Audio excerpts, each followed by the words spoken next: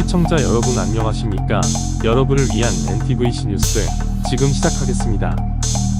보통 이순신 장군을 전술 전략적 측면에서만 훌륭했었던 외골수적인 위인으로 보는 고정관념이 있는데, 사실 이순신 장군은 정치적 능력까지도 탁월했음에도 불구 자기 자신을 위해서는 이를 사용하지 않았던 것에 가깝습니다.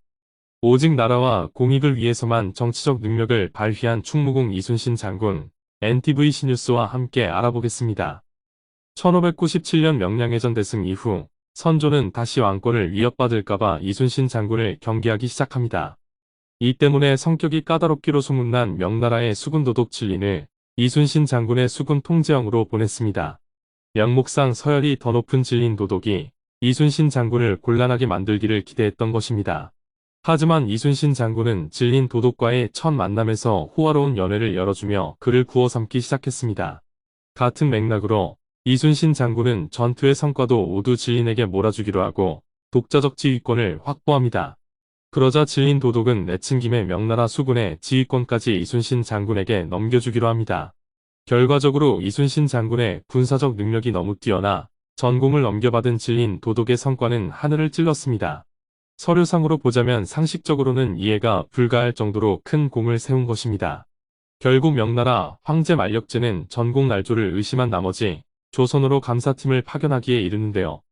여기서 이순신 장군의 숨겨진 능력이 바로 조선왕조실록의 선조실록 105권에 기록되어 있습니다.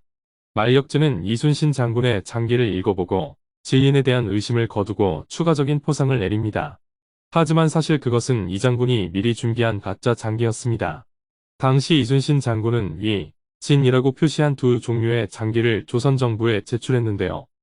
명나라 정부의 감사와 같은 상황을 대비한 가짜 장기에는 명나라와 진린의 공적을 매우 크게 적어 놓았고, 진짜 장기에는 우리가 아는 이순신 장군답게 휘하 군인들, 심지어 노비의 공적까지 세세하게 적어 놓았습니다.